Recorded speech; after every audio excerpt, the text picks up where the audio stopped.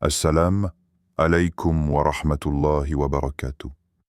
Prends un instant. Respire doucement, comme si tu t'asseyais au seuil d'une pièce calme après une longue marche.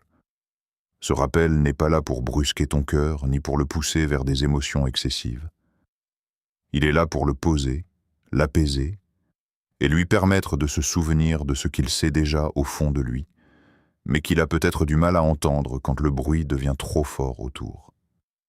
Parfois, il y a des moments dans la vie où l'on sent intérieurement que quelque chose arrive à sa fin. Pas dans le tumulte, pas dans le fracas, mais dans un silence particulier, presque solennel.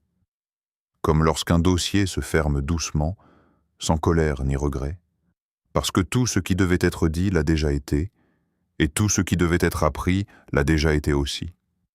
Ce sont des instants où l'âme perçoit qu'une issue se prépare, même si elle ne sait pas encore sous quelle forme elle viendra, ni à quelle vitesse elle se manifestera.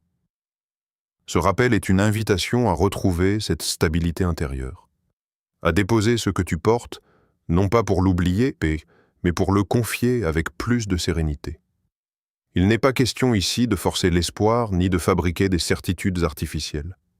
Il s'agit plutôt de renforcer une confiance calme, celle qui ne crie pas, celle qui tient debout même quand tout n'est pas encore visible. Il arrive qu'Allah ouvre des chemins d'une manière qui surprend, par leur clarté, par leur rapidité, ou simplement parce qu'ils ne ressemblent pas à ce que l'on avait imaginé. Et quand le cœur est apaisé, il devient capable d'accueillir ces changements sans peur, sans précipitation, avec une gratitude discrète mais profonde. C'est à cela que ce moment ensemble veut te préparer, à retrouver un regard intérieur stable, confiant et suffisamment serein pour reconnaître le bien quand il se présente. Reste avec moi jusqu'au bout, car à la fin de cette vidéo, je ferai pour toi une invocation sincère, une doua portée par l'espoir, la douceur et la confiance, afin que ton cœur soit renforcé et que ce qui doit s'achever s'achève dans la paix, et que ce qui doit commencer commence avec la bénédiction. Avant d'aller plus loin, je t'invite à faire un geste simple, discret, presque intime. Pas quelque chose de lourd ni de contraignant, mais un acte doux, comme on poserait une lettre sur une table en sachant qu'elle sera lue au bon moment. Si ton cœur l'accepte, prends quelques secondes pour écrire dans les commentaires une phrase qui te ressemble, une parole adressée à Allah en lien avec ce que tu portes en ce moment. Tu peux, par exemple, écrire « Seigneur, achève ce que tu as commencé pour moi. » Reste ici dans cette disposition intérieure. Ce rappel se construit pas à pas, comme un chemin que l'on parcourt sans courir. Et plus tu avances avec un cœur posé, plus il devient facile de percevoir les signes de soulagement, même avant qu'ils ne prennent une forme visible. Continue à écouter, continue à respirer, et laisse cette confiance écrite devenir un point d'ancrage silencieux pour la suite. Il y a des périodes où l'on ne peut pas dire que l'on a mal agi, ni que l'on a négligé ce qui devait être fait. Tout a été accompli avec sérieux, avec sincérité, parfois même avec plus d'efforts que ce que l'on croyait possible. Les intentions ont été rectifiées, les pas mesurés, les choix réfléchis. Et pourtant, malgré cette droiture intérieure, rien ne semble se dénouer. Le temps s'étire, les jours se ressemblent, et l'attente devient une compagne silencieuse. Au début, l'espoir est vif. Il réchauffe le cœur et allège la fatigue. Puis, à force de durer, il se transforme en une présence plus discrète, presque fragile. Ce n'est pas une perte de confiance, mais une lassitude profonde, celle qui ne se plaint plus, celle qui n'a même plus la force de poser des questions. On continue à avancer, mais avec un pas plus lent, comme si l'âme avait appris à économiser ses mouvements pour ne pas s'épuiser davantage. Et que dire des silences, ces longues périodes où rien ne se passait, où aucune réponse claire ne venait apaiser les interrogations. Ces silences n'étaient pas vides. Ils étaient chargés d'un travail invisible, patient, délicat. Dans ces espaces sans parole, l'âme a été ajustée, renforcée, préparée, Ce qui semblait être un vide était en réalité un lieu de transformation profonde, là où l'essentiel se façonnait loin du regard. Le décret d'Allah ne connaît ni l'erreur ni l'approximation. Il est juste, non pas selon les attentes humaines, mais selon ce qui est réellement bénéfique pour l'âme. Il est précis, atteignant exactement l'endroit intérieur qui devait être touché. Il est parfaitement adapté, tenant compte des capacités, des limites, des blessures et des forces de chacun. Rien n'a été imposé au-delà de ce qui pouvait être porté, même si cela n'était pas évident sur le moment. En comprenant cela, une paix particulière commence à s'installer. Une paix qui ne dépend pas encore de l'issue visible, mais de la certitude que tout a été conduit avec sagesse. Le cœur cesse peu à peu de se défendre, de se crisper, de se préparer au pire. Il se détend. Il respire plus profondément, comme si un poids ancien quittait doucement la poitrine. Cette paix n'est pas euphorique. Elle est stable, enveloppante, presque physique. Elle descend lentement dans l'intérieur, relâchant les tensions accumulées, apaisant les pensées répétitives. Elle permet de se tenir droit sans effort, confiant, sans agitation. Dans cet état, l'âme n'a plus besoin de se convaincre. Elle sait, elle sent, elle accepte. Et c'est dans cette stabilité émotionnelle que tout devient plus clair. Le passé n'est plus un fardeau, mais un passage. L'attente n'est plus une blessure, mais une étape accomplie. Le présent devient un espace sûr, où il est possible d'accueillir la suite sans peur. Car lorsque la paix s'installe ainsi, profondément, le cœur comprend que quoi qu'il arrive désormais, cela arrivera avec justesse, douceur et miséricorde.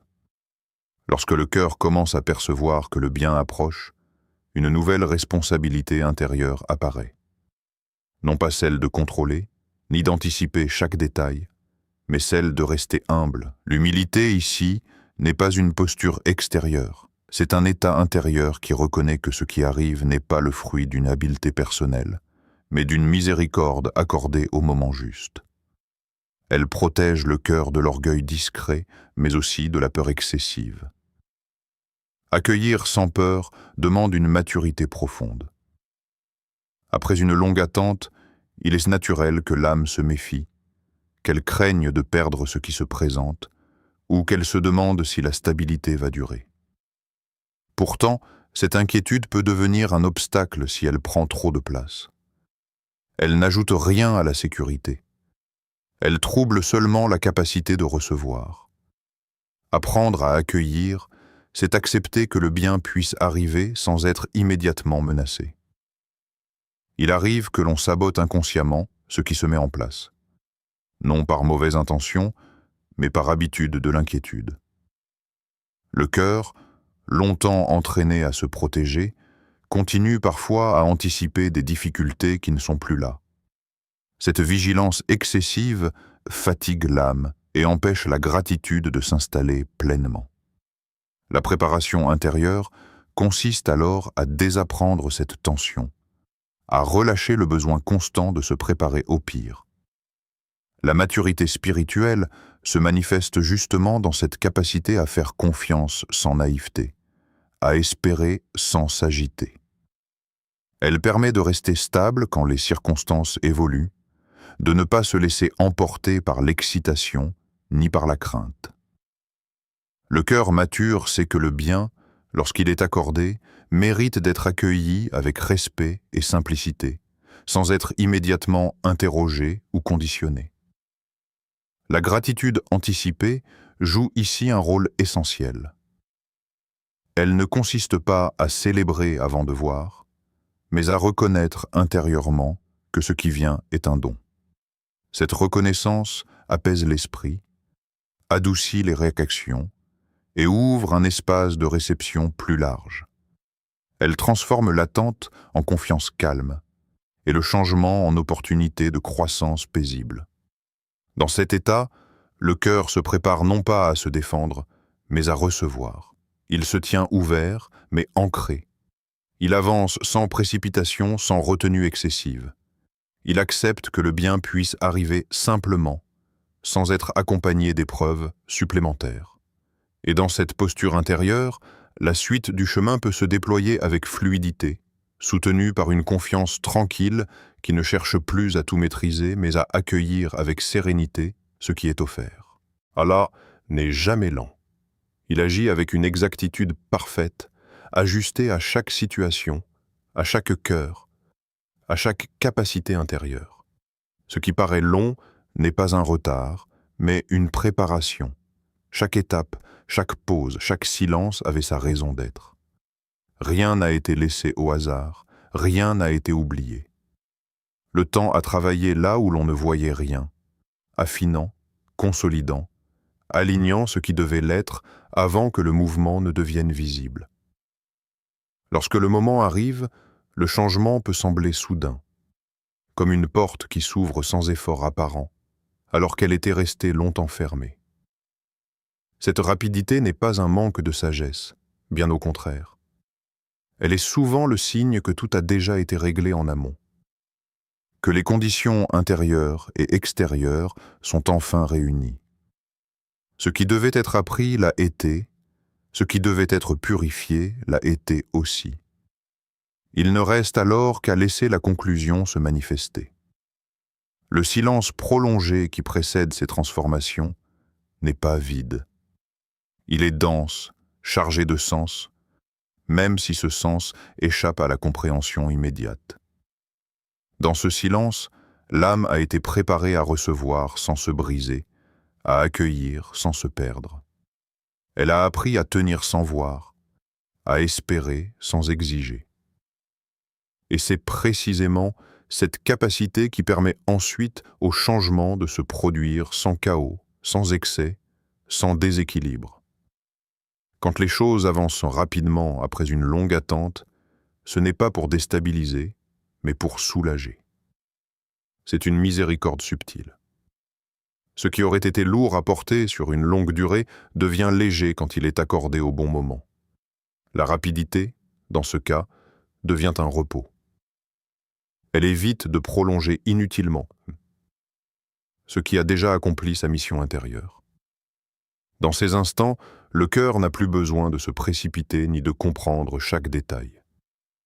Il peut simplement observer avec calme, reconnaître la cohérence du chemin parcouru et accueillir la suite avec gratitude.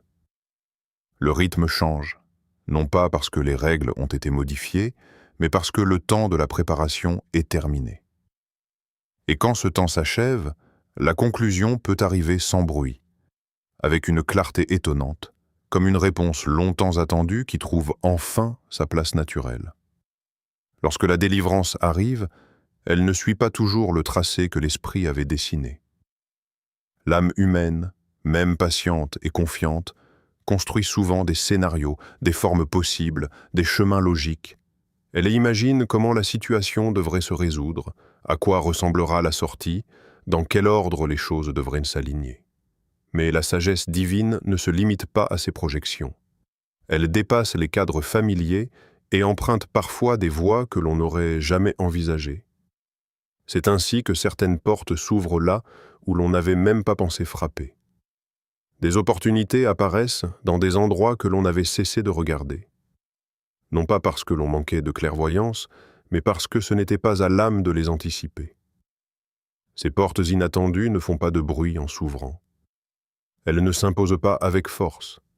Elles se présentent avec une simplicité déconcertante, presque comme si elles avaient toujours été là, attendant le moment juste pour être perçues. Les déblocages imprévus suivent souvent ce même schéma. Ce qui semblait solidement verrouillé se dessert sans lutte. Une parole, une décision, un événement apparemment anodin suffit à faire circuler de nouveau ce qui était figé. Et dans cet instant, l'âme réalise que le blocage n'était pas une impasse, mais une attente. Une attente destinée à préparer un mouvement plus fluide, plus adapté, plus miséricordieux que ce que l'on aurait pu forcer soi-même. Il arrive aussi que les situations se renversent, non pas dans le tumulte, mais dans une paix étonnante. Ce qui pesait devient supportable. Ce qui inquiétait perd soudain de son emprise. Le renversement n'est pas spectaculaire, il est intérieur avant tout. Il modifie la perception, réajuste la compréhension, redonne une stabilité que l'on croyait perdue. Et c'est précisément cette douceur qui révèle sa puissance. Rien n'a été arraché, rien n'a été brisé. Tout a été déplacé avec justesse. L'inhabituel, dans ce contexte, n'est pas synonyme d'étrange ou d'incompréhensible. Il désigne simplement ce qui échappe aux attentes humaines, ce qui ne correspond pas au calcul ni au chemin tracé à l'avance. C'est une forme de rama qui se manifeste en dehors des cadres habituels, non pour dérouter mais pour alléger. Elle montre que la solution ne dépend pas toujours de ce que l'on avait prévu, mais de ce qui était réellement nécessaire. Il y a aussi ces moments où l'incompréhension s'installe sans bruit. Pas une révolte, pas une colère ouverte, simplement un silence intérieur. Les mots se font rares, même dans l'intimité. On ne sait plus très bien quoi demander, ni comment formuler ce que l'on ressent. Alors l'âme se tait. Elle observe, elle attend, elle supporte. Elle garde en elle une fatigue morale qui ne se voit pas, mais qui pèse lourdement sur la poitrine. Dans cette attente prolongée, il arrive que l'on se demande si l'on aurait pu faire autrement, dire autre chose, choisir un autre chemin. Ces pensées ne cherchent pas à accuser, mais à comprendre. Elles passent comme des nuages lents, laissant derrière elles une sensation de vide calme, presque résigné. Ce n'est pas le désespoir, c'est autre chose, une forme de patience qui a dépassé le stade des mots. Et pourtant, malgré cette lourdeur discrète, quelque chose reste intact. Une étincelle presque imperceptible, mais tenace. Elle ne brille pas fort, elle ne réconforte pas toujours, mais elle ne s'éteint pas. C'est elle qui permet de continuer, jour après jour, sans bruit, sans éclat. C'est elle qui maintient l'équilibre quand tout semble figé et qui empêche l'âme de se refermer complètement. Cette phase de l'attente n'est pas spectaculaire. Elle ne fait pas de promesses, elle ne donne pas de signes évidents. Elle façonne simplement l'intérieur, en profondeur, en silence. Et c'est souvent dans ce silence, justement, que se prépare quelque chose que l'on ne voit pas encore, mais que l'on sent approcher sans pouvoir l'expliquer. Il arrive un moment particulier dans certains parcours, un moment difficile à décrire mais profondément ressenti, où l'âme comprend qu'elle n'a plus rien à ajouter. Non pas par abandon, ni par lassitude totale, mais parce que tout ce qui devait être porté l'a déjà été. Les efforts ont été fournis, les intentions ont été examinées, corrigées, purifiées autant que possible. Ce qui restait à dire a été dit dans le secret du cœur, et ce qui restait à donner l'a été avec sincérité. À ce stade, la situation n'est plus en mouvement extérieur, mais en stabilité intérieure. Comme un dossier que l'on relit une dernière fois et dont chaque page semble complète. Il n'y a plus cette agitation qui pousse à agir encore, à tenter autre chose, à chercher une nouvelle clé. Il y a plutôt une sensation de maturité silencieuse, comme si le processus avait atteint son terme naturel, sans bruit, sans annonce visible. Lorsque tout a été déposé auprès d'Allah, sans calcul excessif, ni attente imposée, l'âme cesse peu à peu de négocier. Elle ne marchande plus le résultat, elle ne conditionne plus sa paix à une issue précise. Elle se tient simplement droite, dans une confiance sobre. L'intention, restée stable malgré le temps, devient alors un témoignage silencieux de sincérité. Elle n'a pas changé avec les retards, elle ne s'est pas déformée sous la pression, la patience, elle aussi, prend une autre forme. Ce n'est plus une patience tendue, crispée, qui attend nerveusement un signe. C'est une patience posée, presque mûre, qui sait qu'elle a traversé toutes ces étapes. Une patience qui ne demande plus à être prouvée, parce qu'elle s'est déjà exprimée dans la durée, dans la constance, dans le silence. À partir de là, quelque chose se transforme subtilement. Ce qui devait instruire a déjà enseigné. Ce qui devait corriger a déjà façonné. L'intervention divine n'a plus pour but de former, mais d'achever. Elle n'est plus un apprentissage prolongé, mais une conclusion adaptée, précise, mesurée. Non pas pour impressionner, mais pour clore avec justesse ce qui est arrivé à son terme intérieur. C'est souvent à ce moment-là que l'âme ressent une forme de calme inhabituel. Un calme qui ne dépend pas encore d'un changement visible, mais d'une certitude intime, celle d'avoir été fidèle à ce qui était demandé. Et quand cette fidélité a été maintenue jusqu'au bout, sans renoncer ni se durcir, alors la suite n'est plus une question d'effort, mais de réception. Il existe dans certains moments de la vie un décalage entre le temps que l'on perçoit et le rythme réel selon lequel les choses se préparent. De l'extérieur, tout semble immobile, presque figé, comme si rien n'avançait. Mais en profondeur, un travail discret s'accomplit, lentement, avec une précision que l'on ne peut pas mesurer tant que le résultat n'apparaît pas.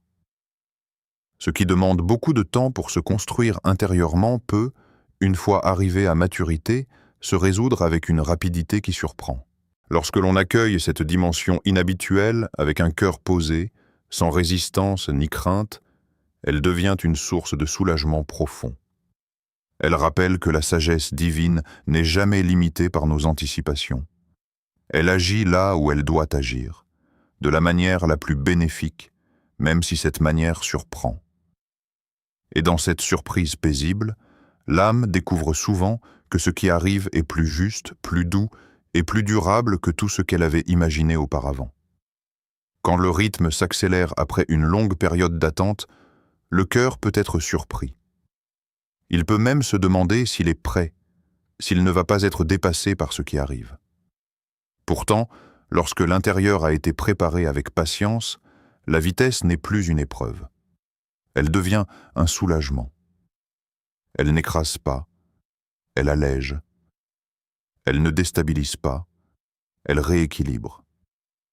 Ce qui aurait pu troubler un cœur encore agité devient, pour un cœur apaisé, une forme de repos.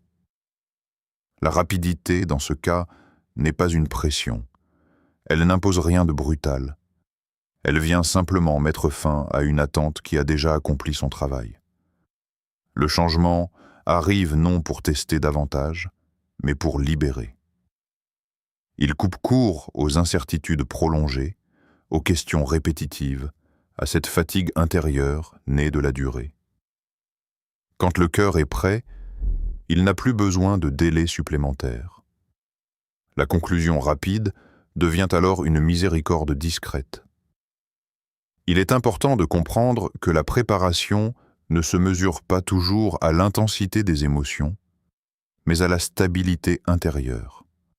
Un cœur prêt n'est pas nécessairement enthousiaste ou exalté. Il est calme, posé, capable d'accueillir sans se crisper. Dans cet état, le changement rapide ne crée pas de panique. Il s'inscrit naturellement dans la continuité du chemin parcouru, comme une suite logique, même s'il arrive plus vite que prévu. Lorsque la situation se transforme soudainement, la surprise n'est plus une source d'inquiétude. Elle devient gratitude. Non pas une gratitude bruyante, mais une reconnaissance silencieuse. Le cœur comprend que ce qui arrive n'aurait pas pu être reçu plus tôt sans déséquilibre. Il réalise que le moment est juste, précisément parce qu'il ne provoque ni résistance ni confusion intérieure. Cette vitesse apaisante montre que la sagesse divine ne cherche pas à prolonger inutilement ce qui a déjà atteint sa maturité. Elle respecte le rythme intérieur de l'âme. Elle intervient quand la capacité d'accueil est là, quand la compréhension est suffisante, quand la confiance est installée.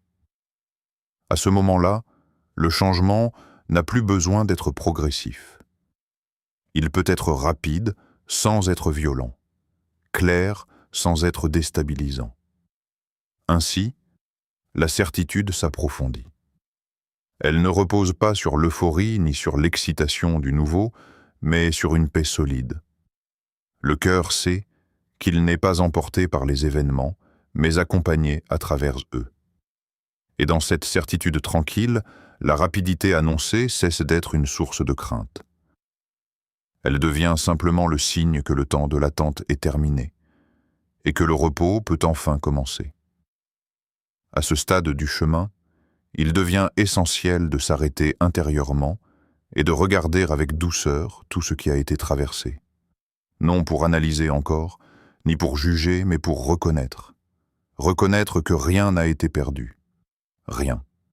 Ni les efforts répétés, ni les élans de confiance parfois fragiles, ni même les moments de faiblesse. Tout a eu un sens, même lorsque ce sens n'était pas perceptible sur le moment. Aucune larme n'a été ignorée. Celles versées dans la solitude, sans témoin, sans mots, sans explication.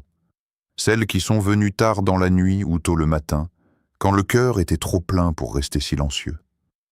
Elles n'étaient pas des signes d'échec, mais des expressions sincères d'une âme vivante, sensible, engagée.